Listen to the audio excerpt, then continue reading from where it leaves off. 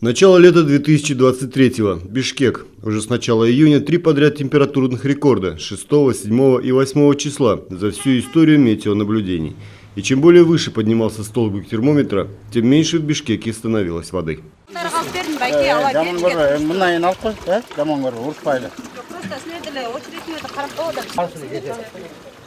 Уже неделю как воды нету тут. Водовоз то приезжает, то когда приезжает, иногда воды не остается, не хватает. Потому что уже было бы хорошо, если поскорее решили бы этот вопрос, данный вопрос. Когда не хватает, приходится ехать в селекцию, например, едем к знакомым, у них набираем, приезжаем на такси. Это тоже как-то уже невыгодно нам. Жилмассив Арча-Бишик. Воду местным жителям уже неделю доставляют водовозами по 20 машин в день, около 250-300 тонн. Жаловаться на проблемы с водоснабжением в этой новостройке на южной окраине Бишкека начали еще в мае. Бир жарым айдан бери ушундай суу жок да. Улам эле биртке 2 саатка берилет. Чогултуп алганча сууну топтоп алгыча эле кайра жок болуп калат. Уже как 1,5 месяца напор воды слабый, а последние 3 суток ее вообще нет. Каждый день покупаем и привозим воду из микрорайона Джал, а этого количества не хватает для 8 человек.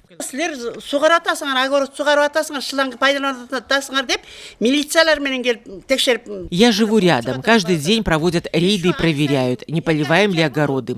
У нас дома нет ни капли воды. И как мы можем это делать? Кроме того, пришло много квитанций на воду.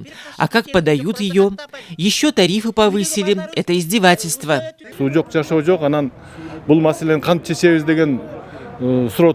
Как решить проблему? Для этого пригласили специалистов из мэрии. Как нам жить без воды? Они должны проводить мониторинг. Курирующий вопрос заместитель градоначальника на встречу с жителями Арча-Бишика приехал. Рассказал о намерении муниципалитета для решения проблемы подключить этот район к другой скважине города, а также установить задвижки в восточном направлении для увеличения давления в сети водопроводов новостройки. 2000 кубометр су келип атат, бирок колдонгон 3,5 кубка чейин чыгып кетип атат. Ситуация такая, что в водонакопителе воды мало. Чтобы сэкономить воду, мы проводим рейды. Жители вашего участка потребляют 2000 кубометров воды, а в реальности вам выделяют 3500 кубометров воды. А зимой у вас нет этой проблемы. Как ее решить? Нижнюю зону мы подключим к юго-западной скважине, а на это уйдет месяц-полтора. День спустя ситуация с нехваткой питьевой воды уже приобрела общегородской масштаб. По распоряжению столичного мэра временно стали закрывать частные бани, бассейны, оздоровительные комплексы, автомойки и пункты помойки ковров, расходующие большие объемы воды. А с 6 июня были введены ограничения на подачу питьевой воды в ночное время суток в южной части города. В Джугруку Кенеше потребовали объяснения от столичной мэрии, чем была вызвана проблема и что делается для ее преодоления. А вечером того же дня несколько десятков жителей жилмассива Арча-Бишик перекрыли южную магистраль, требуя решить водный вопрос. Почти моментально отреагировавшим сотрудникам мэрии, местной администрации, водоканала, а также милиционерам районного УВД удалось уговорить жителей открыть проезд и разойтись по домам. Ночью вода частично начала прибывать в дома местных жителей. Однако, как выяснилось к утру, многие из них сразу же бросились поливать питьевой водой свои огороды. К сожалению, что было обидно, в некоторых домах, я непосредственно лично зашел, сам увидел, там шланги лежат, именно поливом занимается, а рядом сосед без воды сидит. Это артезианская вода, питьевая вода. Поэтому, пользуясь случаем, я бы убедительно прошу наших жителей, чтобы с пониманием отнеслись, во-первых, и во-вторых, чтобы питьевую воду мы для полива чтобы не использовали, потому что там рядом по Джайлбаторе есть техническая вода для полива. Потому что мы в данный момент, наша первая задача – это обеспечить наших граждан чистой питьевой водой. Итог утреннего рейда – 2 оштрафованных по 5000 сомов местных жителей за полив в дневное время зеленых насаждений чистой питьевой водой.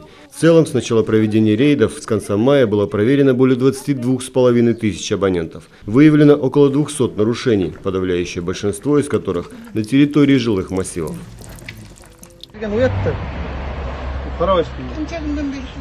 Канча күндөн бери суу болсо дагы ичүүчү сууну биз агызып жеткире албайт. Аркы ылдый жакка вообще суу жетпей жатат. Али элдерге ичкен сууга зар болуп отурат. По данным мэрии, представленным парламентариям, кроме климатических изменений и копившихся годами проблем с изнашивающимся оборудованием, одна из основных причин кризиса – ежегодный рост объема потребления холодной воды. В настоящий момент в столице насчитывается более 270 300 абонентов, и их число постоянно растет. Потребление питьевой воды еще более возрастает в период отключения горячего водоснабжения. Между тем, как выяснилось на обсуждении вопроса Джурку Кинеши, еще за 3 месяца до начала лета Академия наук предупреждала госорганы и мэрию в том числе о вероятном снижении уровня грунтовых вод и предстоящем дефиците питьевой воды. Вы знали, что будет дефицит воды?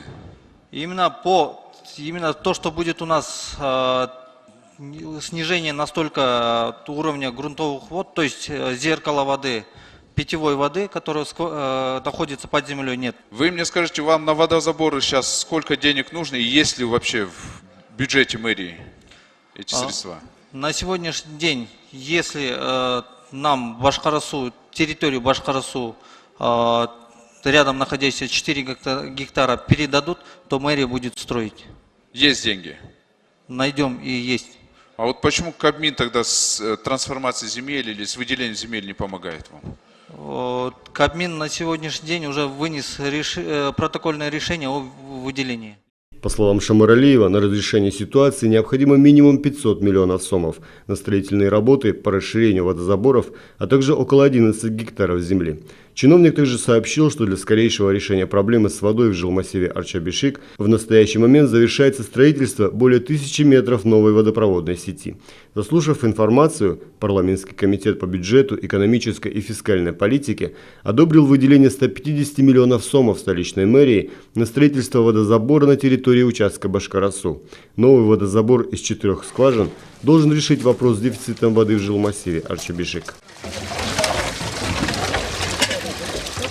Причину ограничения подачи поливной воды в Минсельхозе объясняют снижением притока реки Аламедин, обеспечивающей водными ресурсами не только Бишкек, но и близлежащие 5 Айлок-Муту с общей площадью орошаемых земель более 7500 гектаров. Для полноценного орошения приток воды в реке не должен быть ниже 5-7 кубометров в секунду. В апреле и мае он составил в 3-4 раза меньшие объемы.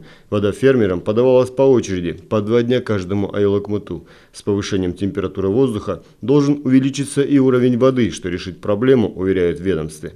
Однако для того, чтобы ситуация не повторилась, необходимо восстанавливать ирригационные системы, для чего только в Чуйской области, по расчетам водников, понадобится как минимум 6 миллиардов сомов.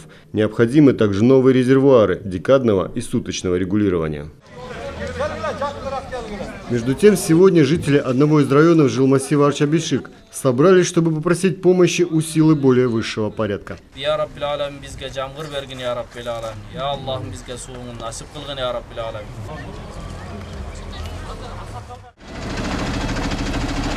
Как говорят в мэрии, проблема обеспечения населения чистой питьевой водой, особенно в летний период, уже несколько последних лет обостряется не только в жилмассивах, но и в целом по Бишкеку.